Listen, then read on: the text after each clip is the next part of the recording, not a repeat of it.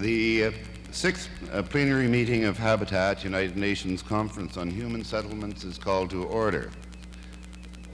Before I call on the first speaker in the general debate this afternoon, I'd like to inform the conference that it is my intention to make an oral report on the meeting of the General Committee which took place this morning. We shall now continue with the general debate.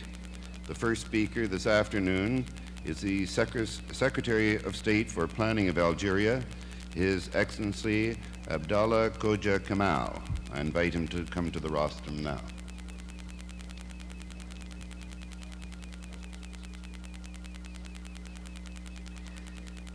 Monsieur le Président, Mr. President, Mr. Secretary General, ladies and gentlemen, permit me, first of all, sir, to congratulate you on your election, which, while it honors your personal qualities, is also a tribute to your country for the hospitality it has bestowed upon us in this city, which symbolizes the interest you have had for so long in the problems of our conference. Mr. President, for a generation, the developing countries have ceaselessly made their highest priority the ending of economic and social misery inherited from centuries of systematic exploitation of colonial and neo-colonial origin, but efforts of progress have been continually impeded by constraints of external kinds which have weighed more and more heavily upon us. Indeed, the inequality in the processes of economic and social development stemming from the relations of domination which have been so characteristic of international relations have entailed disparities in level of living which are intolerable and makes ever more difficult the matter of meeting the most elementary needs of an ceaselessly growing number of human beings. A responsible international community which enjoys links of solidarity cannot possibly accept that such a situation should last forever. The survival of the majority of the population of the planet, and hence stability and peace in the world, require that the privileged minority, complacent in their lives within an enclave of prosperity, controlling economically and culturally the rest of the universe, demands that they accept the further measure of economic equity in international relations and social justice in all countries. Monsieur le Président, depuis quelques... Mr. President, for some years now, thanks to the efforts of the United Nations, world consultation has brought about sizable progress both in the General Assembly and in the course of various world conferences which have dealt with the major problems of the planet. Gradually, a style of work has grown up, a style of dialogue and collective quest for the most appropriate solutions to the urgent, numerous and interdependent problems of the whole of mankind. Algeria wholeheartedly supports the action which is required by the community of destiny, needs, and aspiration of men, and seeks to transcend narrow egoisms and private interests in order to attempt to build a better future for all. Within this exalting perspective, decisive landmarks have already been traced, and important achievements have been recorded within the framework of the analysis of the situation and the finding of ways and means of solving the problems of world economic order, which is outmoded, irrational, unjust. Unfortunately, we have to note that the affluent countries have not shown the same concern for constructive dialogue and cooperative action, which has been a motivation for the developing countries, as has been shown by the slow rate of the North-South dialogue and the failure of the fourth UNCTAD session. Our conference must add to the analysis carried out in the course of previous meetings of the United Nations, and thus clearly demonstrate its will to place its concerns within the dynamic of a new economic and social order. And this must be done particularly so because it concerns an area which, because it directly affects the daily life of mankind, constitutes the very end of development. Preparatory work carried on with the precious support and assistance of the Secretariat has largely laid stress on the preeminently strategic nature of human settlements, understood as the whole context, a network of policies and means to improve the standard of living and framework of life of everyone. However, if we want our contribution to be fully significant, our analyses and our conclusions must take due account of the economic, political, and social context, both nationally and internationally, within which the hoped for improvement in human settlements will necessarily have to be situated. Therefore, sir, we should beware of isolating the problems which are peculiar to habitat, however important they may be, from other economic and social elements which affect the evolution of human settlements. Quite the contrary. It must be once and for all recognized that there can be no human settlement policy without development, and it must be clearly understood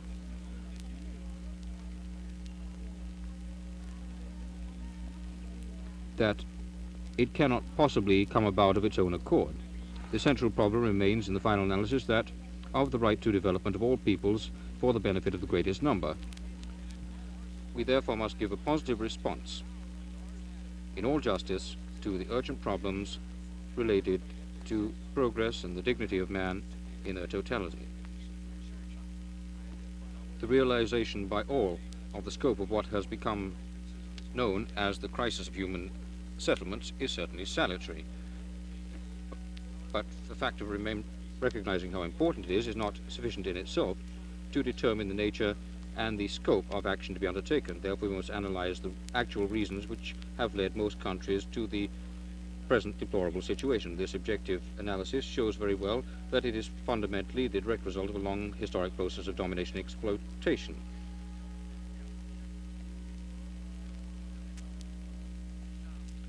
And an international order imposed by a group of powers on the rest of the world, just as it reflects faithfully and accurately the internal organization of each society and the type of distribution of burdens and the benefits of development as between social categories and among regions. Finally, it's the direct result of models of development hitherto adopted which have systematically given absolute priority to growth, which has become an end in itself to the detriment of individual needs.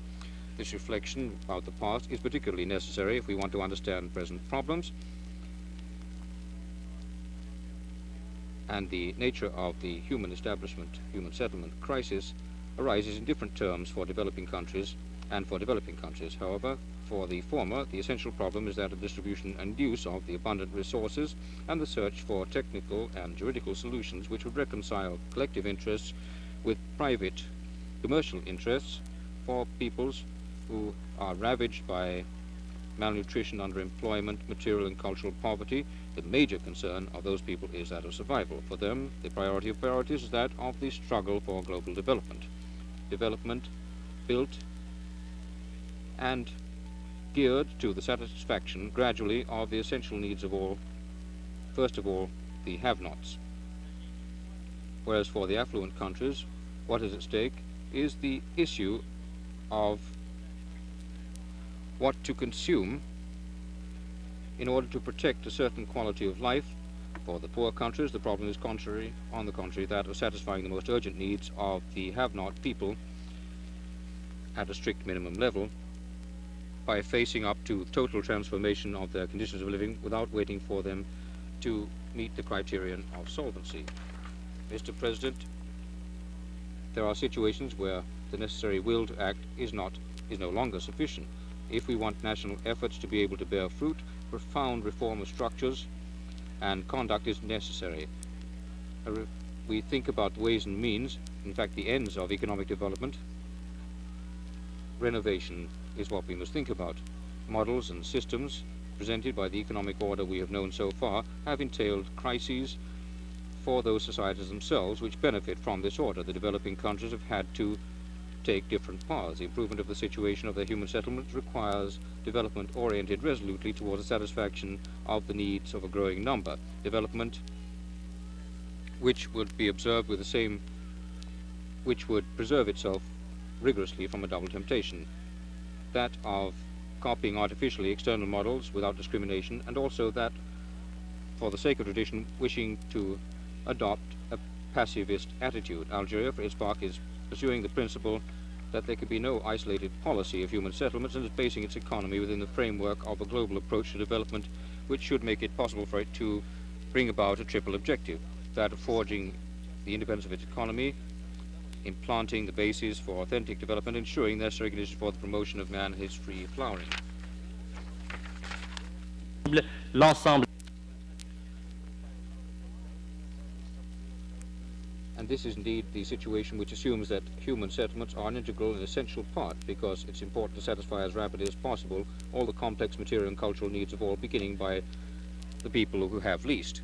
It seems to me very important to state that the achievement of our ambitions is only conceivable on the economic bases which would be fundamentally different from those which have been so characteristic of our country immediately following its liberation, marked by very basic and profound social inequalities and territorial inequalities entirely dominated by foreign interests. Our economy was at that time incapable both of responding to essential needs for our society and for exploiting the great human potential of our country. The need for a spatial approach for development and integrated policy of human settlements was soon to make itself felt in the face of a situation inherited, a situation characterized by the pauperization of the rural masses, which had been left outside all economic and social progress, and the concentration of the means of production and capitalization within certain agglomerations on a narrow coastal strip. The primary imperative of our policy for development was thus aimed at ensuring the equality of opportunity for all citizens regardless of the place where they lived.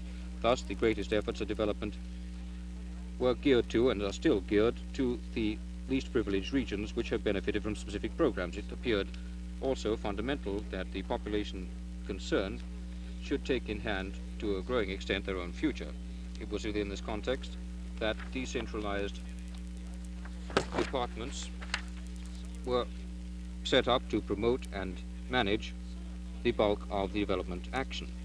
At the level of public collectivities, first of all, communes and regions, and also at the territorial levels, elected organs were set up responsible for organizing the life framework of the people. At the level of rural collectivities, which are cooperatives and new agricultural villages which reflect the transformation of social relations and constitute the essential basis for the rational occupation of land. In the final analysis, it was a matter which affected the whole country, which we wanted to be effectively concerned by all development action and by all the social and cultural implications thereof. This central concern, constant concern, is to be found reflected in the deliberate choice of industrial locations throughout our territory, not only in the coastal strip, which offers the most favorable conditions. It's also manifested in terms of the distribution of housing, which has given pride of place to medium-sized towns, just as is illustrated by the policy established by means of modernization plans, which constitute one of the essential instruments of organizing urbanization. This concern finally manifested itself in terms of priority efforts, intensive efforts for housing and collective installations, educational and social installations carried out in the countryside, particularly within the framework of the 1,000 Village program, the new villages, which integrate the elements of work, housing, and equipment. The implementation of this policy, which has been prepared and executed within a planned framework, presupposes the total mastery and ownership of the soil by the collectivity. Therefore, land reserves were set up, the management of which was entrusted to the commune, a basic institution of politico-administrative organization in the country. It is the commune which has total responsibility for the delimitation of land for inclusion within the reserves, their use of the land, and all transactions.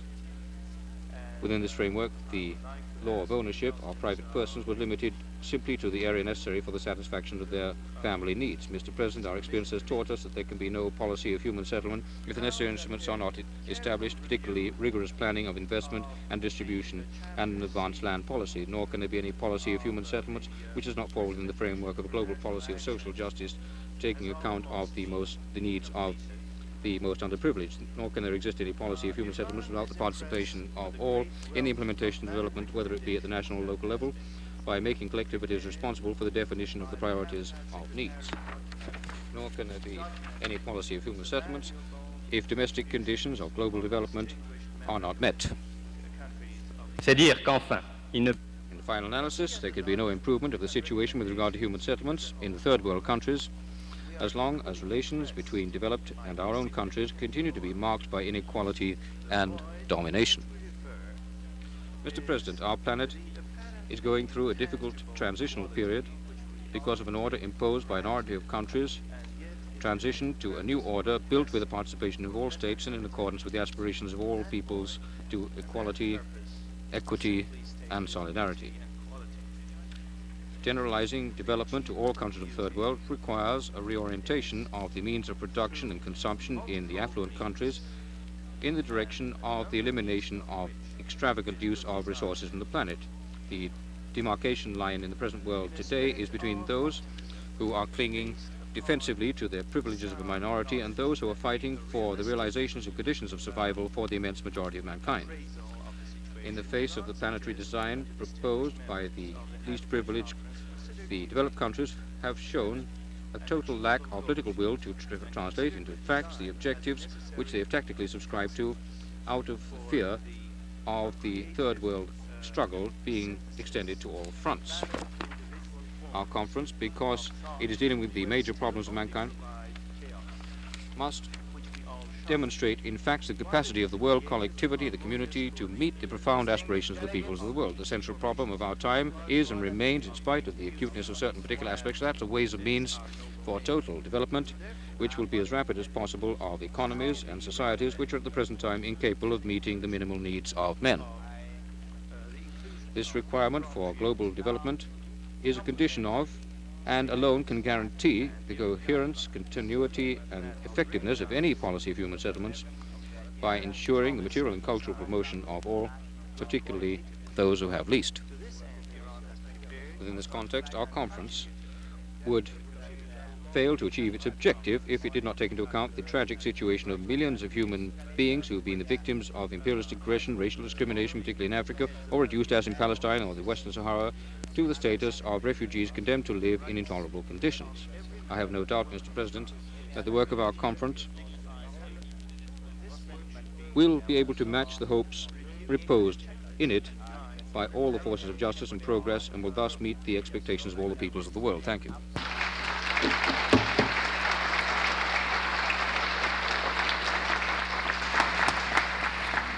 I wish to thank the Secretary of State for Planning of Algeria, and I now give the floor to the State Secretary of Housing and Physical Planning of the Netherlands, His Excellency Mr. M.P.A. van Dam.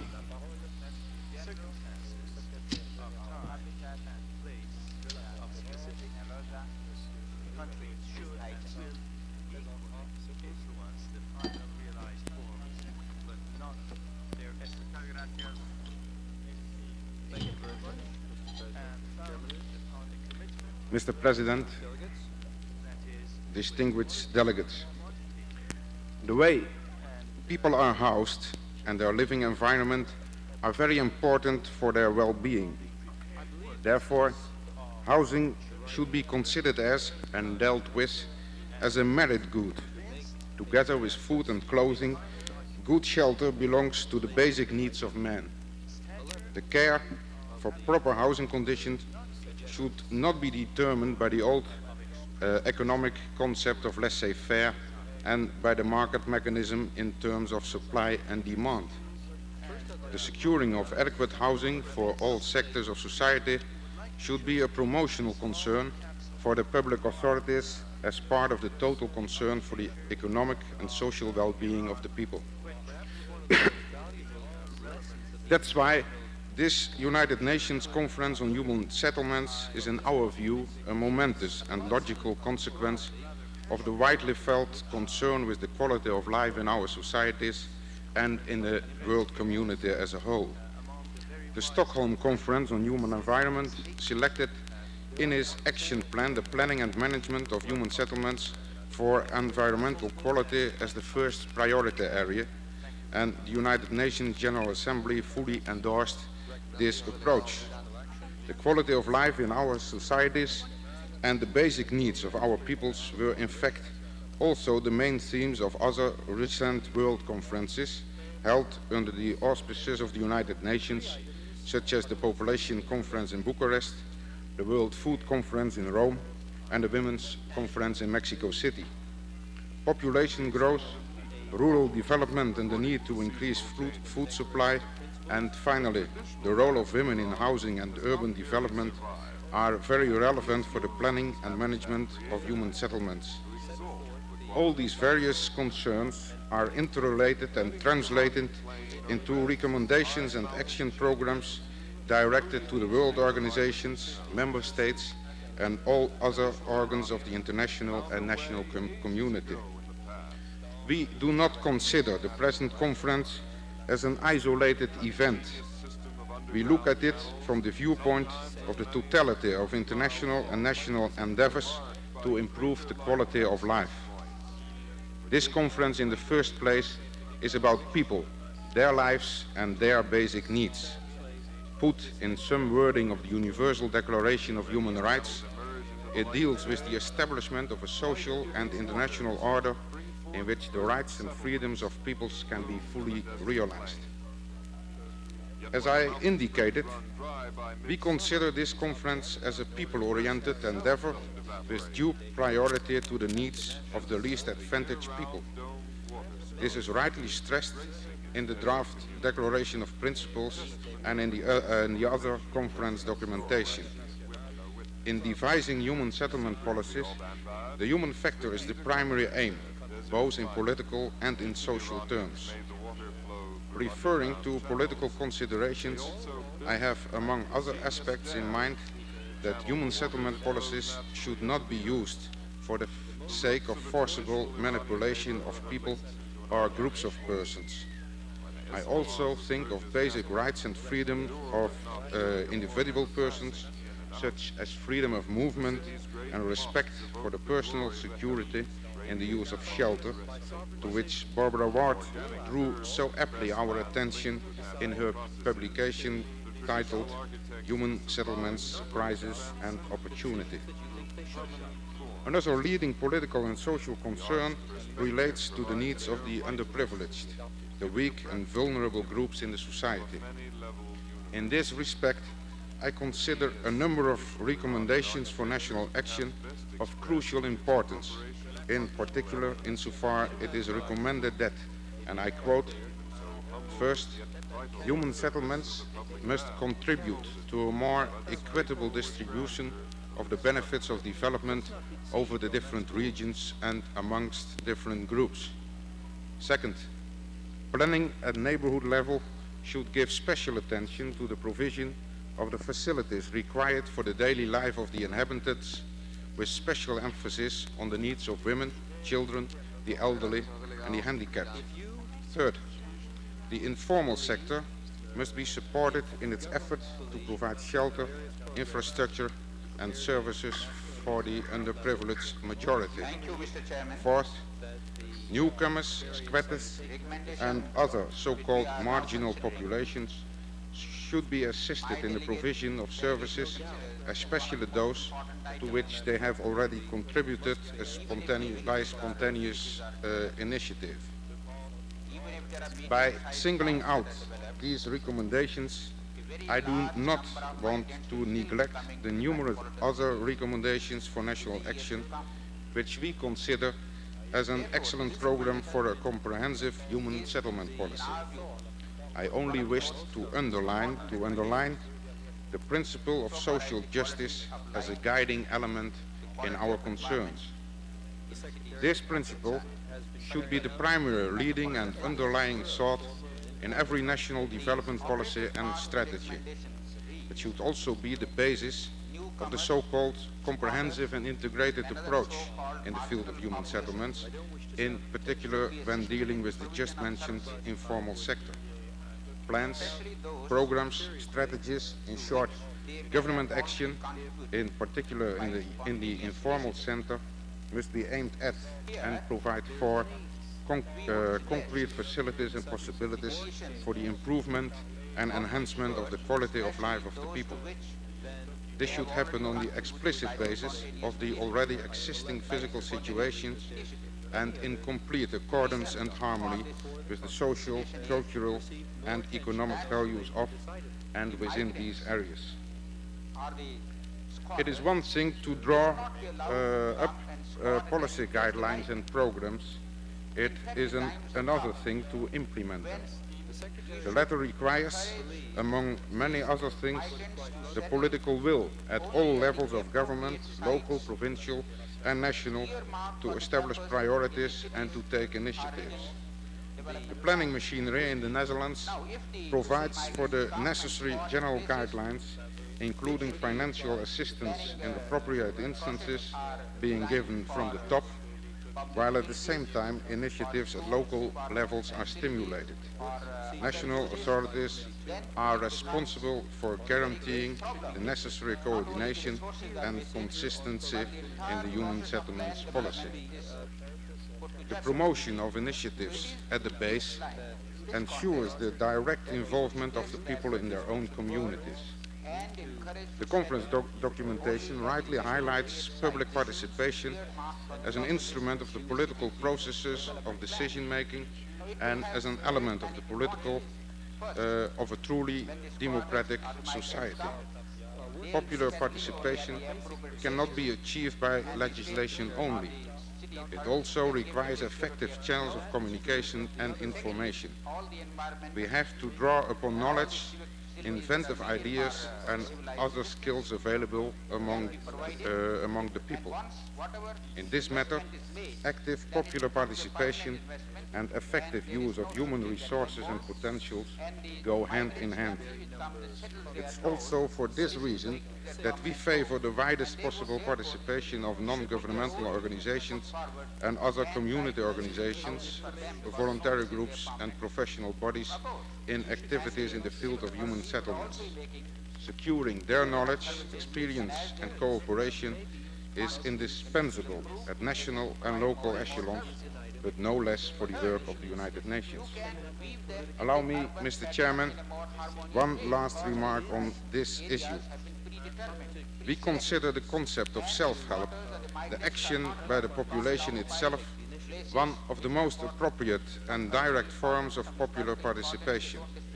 Therefore, apart from legal possibilities, national, regional as well as local authorities should provide for concrete facilities and possibilities such as information, subsidies, investment facilities, etc., in order to allow the population to build and shape their houses and living environment themselves in case they want to do so. Mr. President, we have reached the insight that on the world as well as on the national level, we need new approaches and structures of development.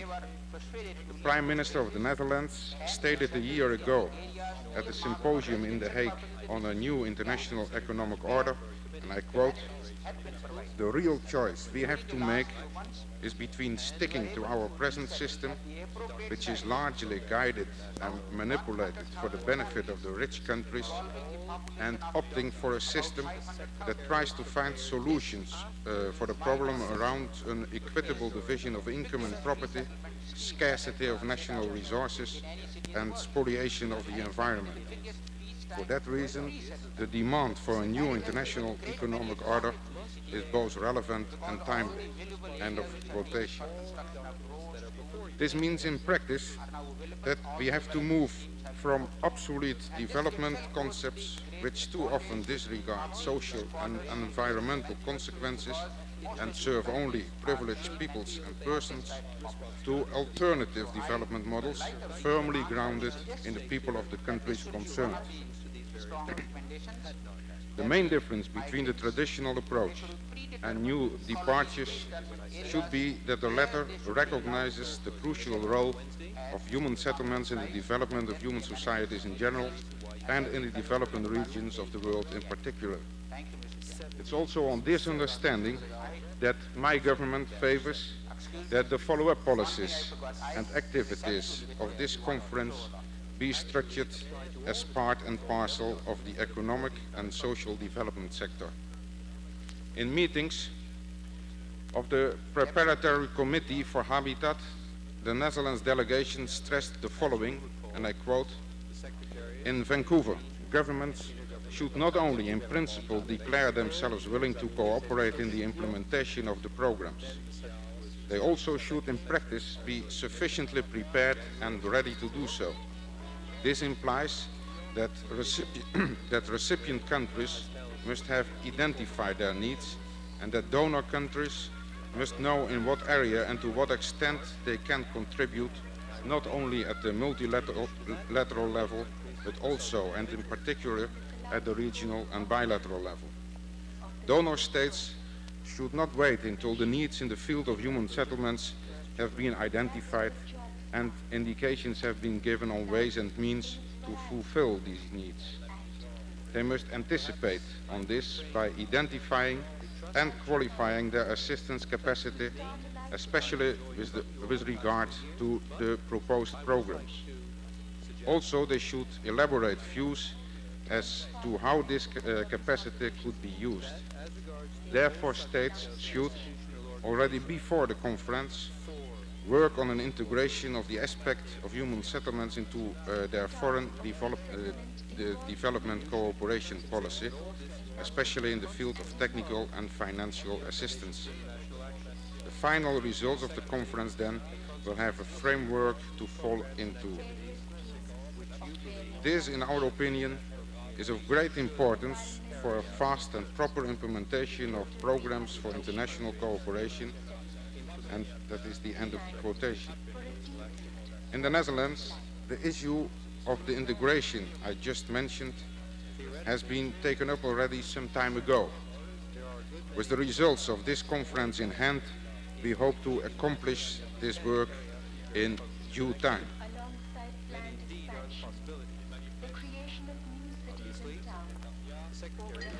Based on what I just said, I wish to announce, Mr. President, that the Netherlands government is, not only in words, but also in practice, prepared and willing to contribute to the implementation of programs for international cooperation on the multilateral, regional, and in particular in the bilateral level. This, among other ways, will be done by means of direct financial and technical assistance. Thank you.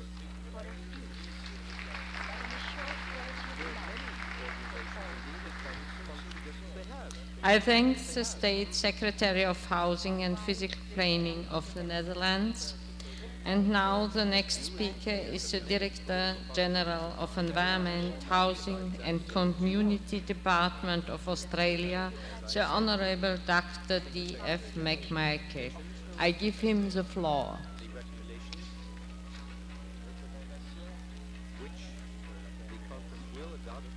Madam Vice President, insofar as our President has indicated that expressions of congratulations and thanks may be taken as read, I would like to associate Australia with that decision and ask the interpreters to turn now to the middle of page 2 of the printed text of our statement. As a member of the preparatory committee, Australia is well aware of the enormous challenge this conference faces.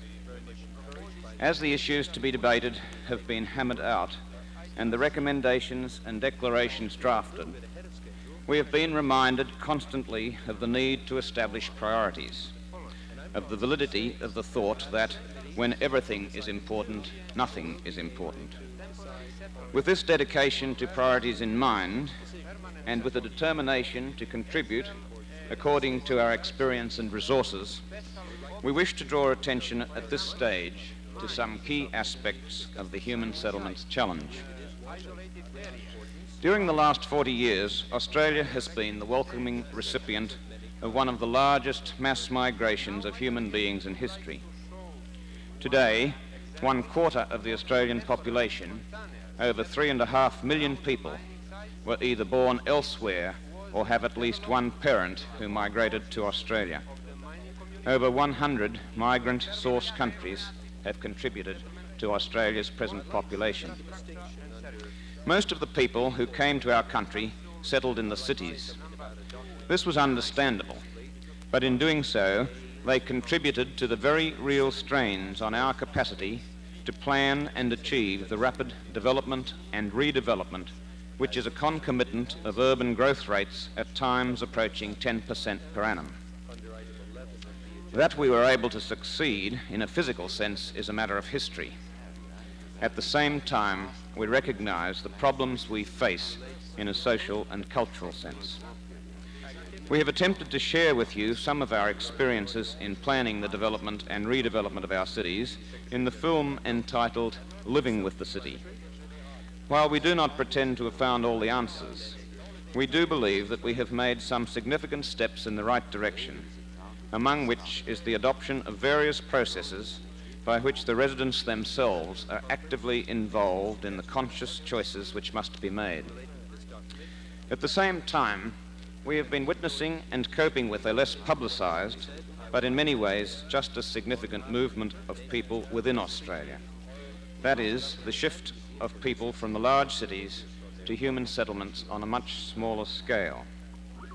While Australia remains among the most urbanised of nations, with 2/3 of its population living in the suburbs of 5 coastal cities, the relative few who inhabit the more remote inland settlements, particularly our mining towns, have assumed a degree of importance to the national economy quite disproportionate to their numbers. We have now had many years of experience, and particularly during the last 10 years or so, in the establishment of small-scale settlements in remote and often hostile human environments. These are, in many cases, the towns which have been built at or near the sites of mineral deposits, especially those in the far north and northwest of the Australian continent. The experiences arising from these, the newest of our human settlements, may have relevance and application to a far wider range of settlements problems than simply the next mining town we build. I now invite you to watch a film capsule which is based on a full-length film called Living Way Out.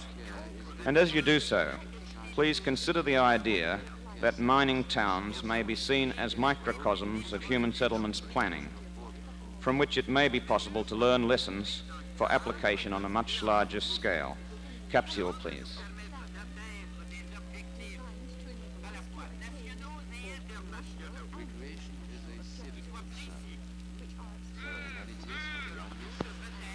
If you have a shaky marriage, don't come to the Northwest because it will possibly not even last 6 months. What I find I miss the most is Mum not seeing the kids grow up. It's not so bad for the man, he just has to go out, he's got to go to work. But the housewife is not forced to leave the house, and quite often she's reluctant to open that front door to the blast of heat, and when a decision is made to leave the town to go back down south, it's usually initiated by the wife.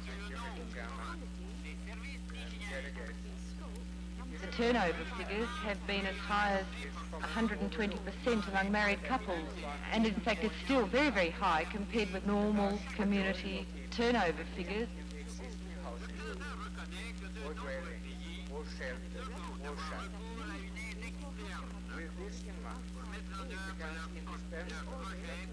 Out here, 2,000 kilometres from Perth, on the edge of the Great Sandy Desert, the stresses in particular are the heat, the dust, the flies. But together with this are the psychological stresses of remoteness, isolation. What we've seen in the Pilbara is the construction of towns and the selection of people at random. They're bribed up here with swimming pools, high incentive wages, comforts, poured into a town and just allowed to try and develop. Well, this is a disaster. It won't work. But a way must be found to make these new mining towns work, for the sake of the national economy and because of the sheer human costs of instability. How do you build, from scratch, a healthy and stable community? We have therefore not felt any great need for intervening much in this debate, that we are very interested in items. The great progress which has been made in provision of adequate shelter services to the majority of the population. Australia's built 15 new towns in the last decade and is building more in the next. 250,000 new settlers may be moving to the outback. How long will they stay? Will they be happy? Each new settlement is an experiment, altering the shape of the next one. This film is about one of those experiments. This film seeks solutions to the problems of living way out.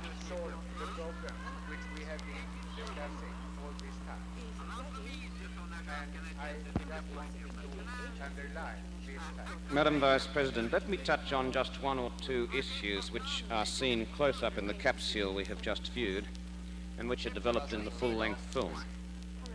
There is a real parallel which can be drawn between those people who came to Australia as immigrants and those who went out to establish the new mining towns. They all had certain expectations, and too often the gap between those expectations and the actual conditions they encountered was a very wide one.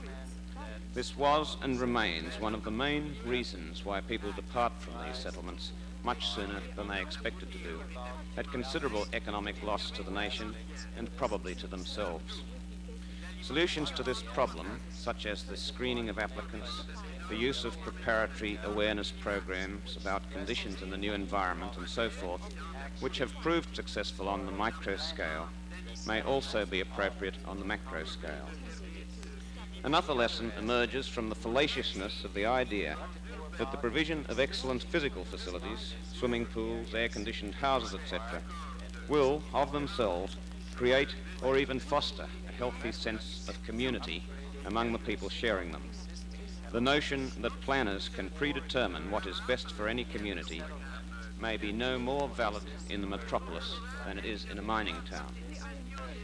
Madam Vice President, quite apart from the sharing of experience at the national level, this conference is concerned with future arrangements for international cooperation in the human settlements field. Throughout the preparatory sessions, there has been a recognition that implementation of international action should take place largely on a regional basis.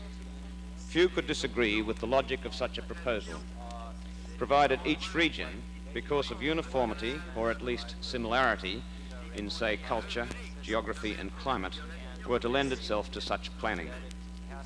While having no prerogative to speak on behalf of ESCAP, I hope my colleagues from the ESCAP region would endorse my comment that it may not be one to be treated as a whole, and that we might, in the ESCAP region, resort initially at least to the sub-regional level.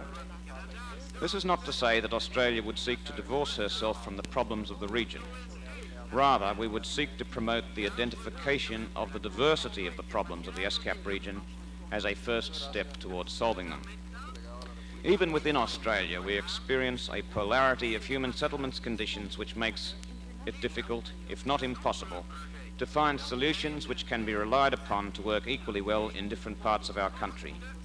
I refer not only to the range of climatic conditions, extending from the tropical north through the arid centre to the cool temperate south, but also to the scale of settlement. As to institutional arrangements, Australia considers that it is desirable for this conference to make specific recommendations for a reorganisation of the United Nations bodies concerned with human settlements matters. We do not want to see a wholly new institution created, especially at this time when the Ad Hoc Committee on Restructuring is attempting to bring some order into the existing proliferation of UN bodies with overlapping responsibilities.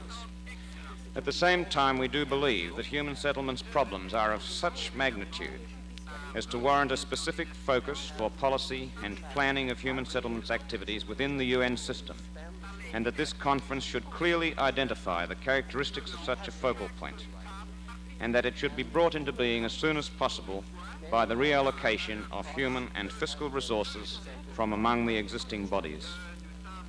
Because of the essential developmental character of the action programs which will be necessary, we believe that this Human Settlements Policy Agency should be closely associated with the Department of Economic and Social Affairs, and in due course of time with any major development organisation of the United Nations which may emerge from the Ad Hoc Committee's exercise.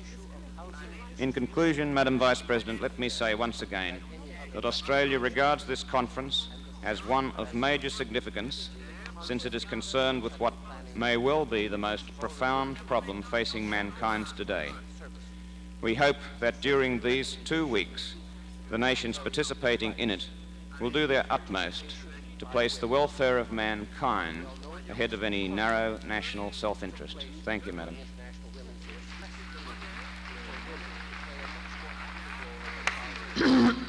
I wish to thank the Director General of Environment, Housing and Community Development of Australia. And now I give the floor to the Minister for Construction and Resettlement of Turkey, His Excellency Mr. Oak. And in that regard, our recommendation is that the participation of women must be sought in the design of shelter and in the provision of Madam transportation President. and community services. The second recommendation deals with the needs of children and youth.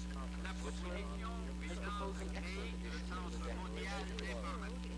Several others countries have referred to similar concerns. The proposed recommendation by Canada makes this specific in terms of shelter and services.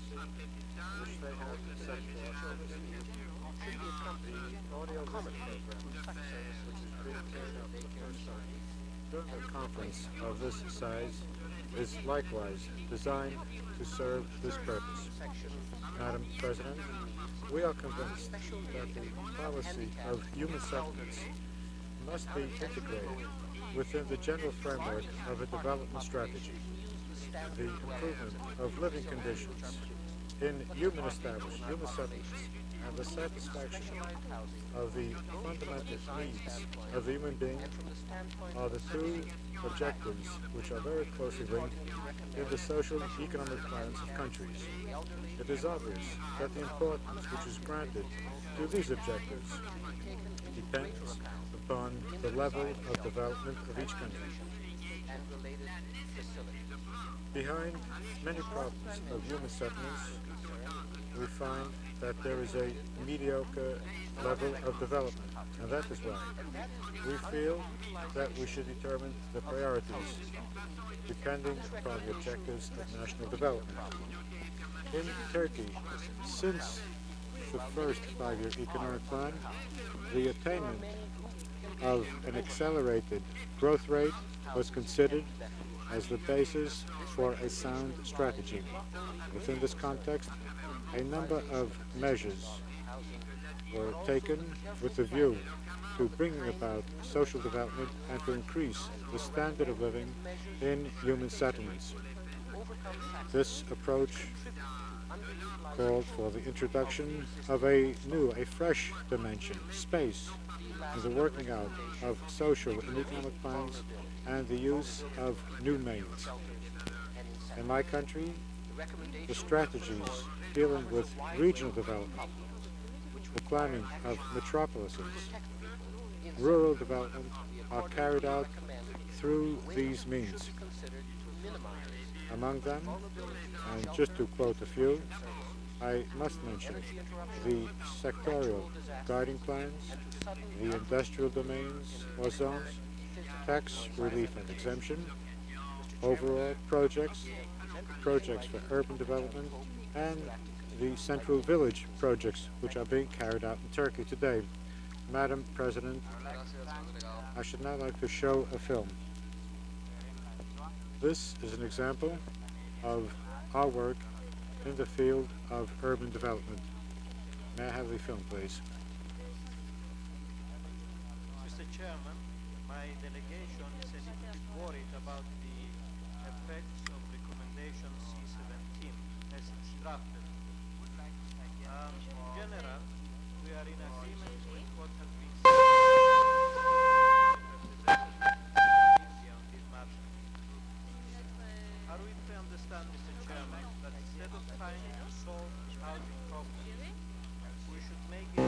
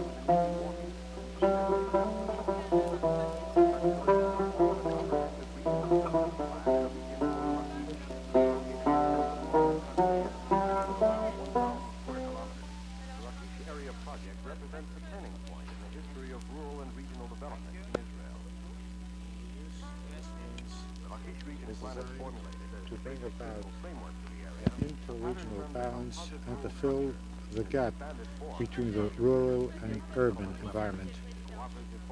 A more adequate distribution of population throughout the country also serves to allay the very great tension which is felt especially in the metropolises. Turkey today is in a phase of speeded up urbanization.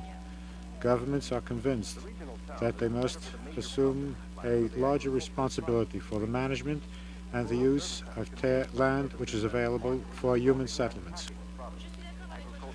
That is why we feel that the local land management must be ensured by public control and should offer land available to satisfy new needs.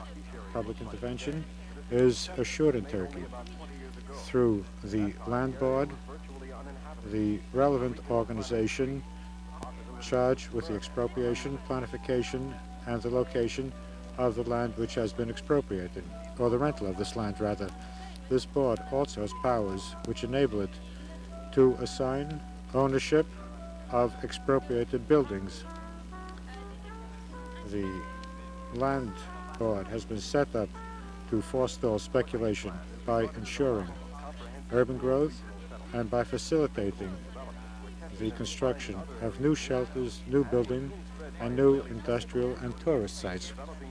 The speeding up of urbanization has created the problem of spontaneous settlements and has called for the establishment of new legislative measures. Within this context, I should like to refer to the law governing shantytowns, which provides for rehabilitation programs, liquidation, and protection with a view to supplying new land which would be available for the construction of buildings intended for the persons having a low income level.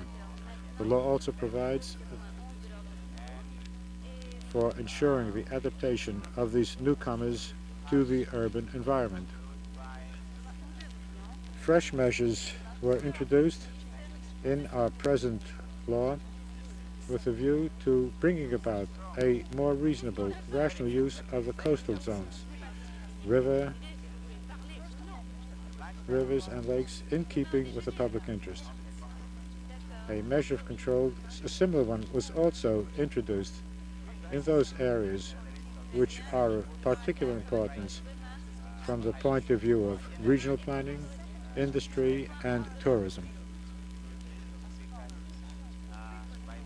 I should like to affirm that this approach has been very effective to forestall non-planned settlement models and contributes to the evolution of human establishments throughout the entire country. Madam President, the very nature of the human settlements calls for an appropriate coordination among the various organizations concerned. And by recognizing this fact, a mechanism of interministerial coordination was created towards the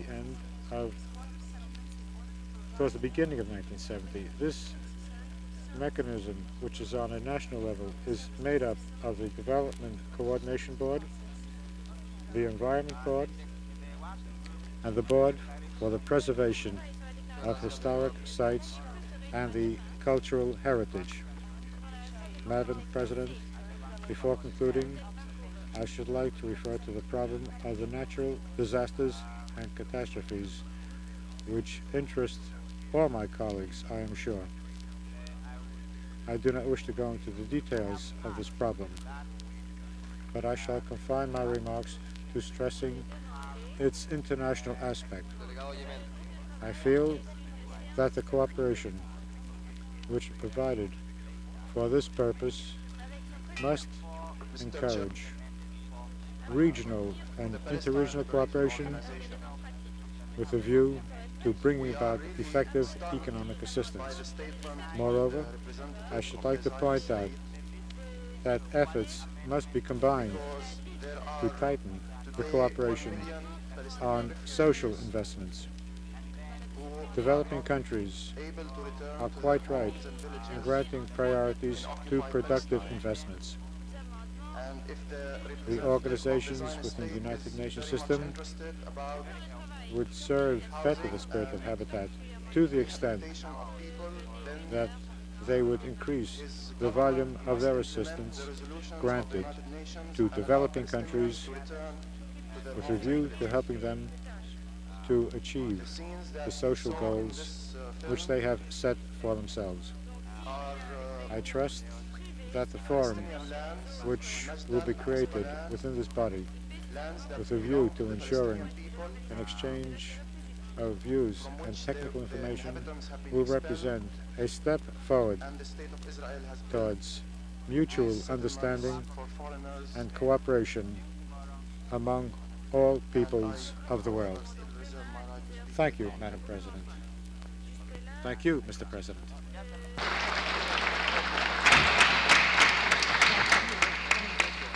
I thank the Minister for Construction and Resettlement of Turkey. The next speaker is the Minister of Provincial Administration of Uganda, the Honorable Brigadier Moses Ali, to whom I now give the floor. I first of all would like to congratulate the distinguished delegate for raising a point regarding beauty. Mr. President, Mr. Secretary General, and distinguished representatives, I wish to take this opportunity to convey special greetings and highest congratulations from the President of Uganda to the leadership and the people of Canada and all the distinguished representatives gathered here in Canada for this conference. He wished all of you success in your endeavors. Mr. President, after this brief message, I wish now to focus my deliberation on what I consider to be the three main concerns of this conference, namely the Declaration of Principles, recommendations for national actions, and international cooperation. It is apparent, Mr. President, that the major responsibility for setting and implementing human settlement goals pertain to individual national efforts.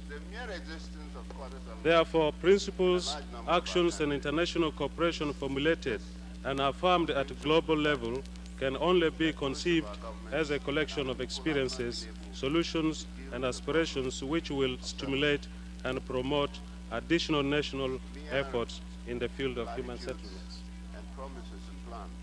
Mr. President, my delegation sees the fundamental achievements of principles in the field of human settlements in their ability to promote and ensure public participation in the planning and the implementation processes, to ensure man as a principal agent of development through the recognition of his inalienable rights and aspiration to equip himself with the basic necessities such as adequate shelter, food, water, employment, and other services, to ensure equitable distribution of resources such as land and the benefits of economic development, to ensure that national and the world community will refrain from all forms of activities, aggressions, attitudes, and policies which encourage discrimination amongst mankind and relegation of one kind of the society to substandard of life. It is our view, Mr. President, that only in an atmosphere of tranquility, equality, and universal brotherhood that any national actions to be supported by international cooperation can be effectively ensured. Through these actions aimed at improving human settlements and the welfare of mankind as a whole can be stimulated. Regarding the areas of concern for this conference, Mr. President, it is the view of my delegation that the declaration of a package of principles, the identification of basic national actions and areas of international cooperation